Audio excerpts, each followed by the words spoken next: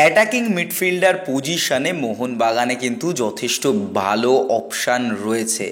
Hugo Boumous তার out of ফর্মের জন্য কিন্তু দিমিত্রি পেত্রাতাওস অনেকটা নিচ থেকে অপারেট করছে, যদিও সেখান থেকে দাঁড়িয়ে মোহনবাগান কিন্তু যথেষ্ট সাফার করছে মিডফিল্ডে। বিশেষ করে অনিরুদ্ধ থাপা সাইন করার পর কিন্তু কার্ল ম্যাথিউকে ছেড়ে দিয়েছে মোহনবাগান ম্যানেজমেন্ট, এবং সেখানে কার্ল ম্যাথিউ এফসি গোয়াতে গিয়ে যথেষ্ট আকর্ষণীয় পারফরমেন্স করছে। তবে মোহনবাগানের ডিফেন্সিভ মিডিও বা হোল্ডিং মিডিও পজিশনে কিন্তু যথেষ্ট বড় একটা ফাঁক তৈরি হয়েছে। জনি কাউকো সিজন আউট হয়েছেন, চোটের জন্য রিহ্যাব করেছেন এবং তিনি যথেষ্ট পরিমাণ ফিট। কবে তিনি কলকাতায় আসছেন এ নিয়ে ডিসেম্বরের শেষ থেকে শোনা যাচ্ছিল তিনি কলকাতায় আসবেন। তবে এই মুহূর্তে যা আপডেট, আগামী বা এই বৃহস্পতিবার, আগামী বলাটা ভুল হবে, এই বৃহস্পতিবার সম্ভবত জনি কাউকো কলকাতায় নামছেন। তবে কলকাতায় আসলেও যে দলের সঙ্গে পারফরমেন্স বা প্র্যাকটিস বা ম্যাচ খেলবেন এটা কিন্তু এই মুহূর্তে বলা যাচ্ছে না। প্র্যাকটিসে তাকে দেখে নেওয়া হবে, মেডিকেল টেস্ট হবে, আরও অনেক প্রসিডিওরের মাধ্যমে তাকে দেখে নেওয়া হবে, এবং তারপরে তিনি যদি পুরোপুরি ম্যাচ ফিট থাকেন তাহলে অবশ্যই অ্যান্তোনিও লোপেস হাবাসের হাতে কিন্তু অপশান বাড়বে।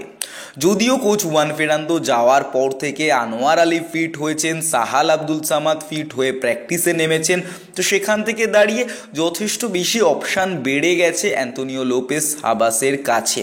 অন্যদিকে দাঁড়িয়ে আশিক কুরুনিয়ানের এখনও পর্যন্ত কিন্তু চোট রয়েছে, তো সেইটা বাদ দিলে কিন্তু মোহনবাগান এই মুহূর্তে তার ফুল স্কোয়াড নিয়ে প্র্যাকটিস করছে এবং ডার্বিতেও তারা ফুল স্কোয়াড পেয়ে যাবে। অর্থাৎ হাবাসের হাতে কিন্তু অপশান রয়েছে মোহনবাগানের প্রত্যেকটা প্লেয়ারকে খেলানোর জন্য, এবং যথেষ্ট অ্যাডভান্স স্টেজে কিন্তু থাকবে মোহনবাগান এখান থেকে, কারণ অনেকটা বেশি প্র্যাকটিস টাইম পেয়েছে। অন্যদিকে দাঁড়িয়ে ইস্টবেঙ্গলে কিন্তু সিভেরিও টোরোকে ছেড়ে দিয়েছে এবং বোরহাকেও ছেড়ে দিয়েছে।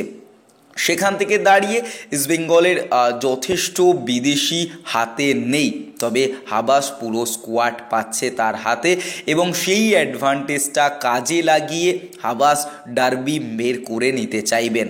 তার মধ্যে যদি জনি কাউকো আসার পর তিনি যদি পুরোপুরি ফিট হয়ে যান এবং দুটো ম্যাচ বা তিনটে ম্যাচ মিস করে যদি বাকি 6-7টা ম্যাচ তিনি পারফরমেন্স করে দিতে পারেন, তাহলে কিন্তু হাবাসের পুরোপুরি সোনায় সোহাগা হয়ে যাবে। যদিও এই মুহূর্তে আসার পরেও তিনি কিন্তু আনরেজিস্টার্ড ফরেনার হিসাবেই থাকবেন।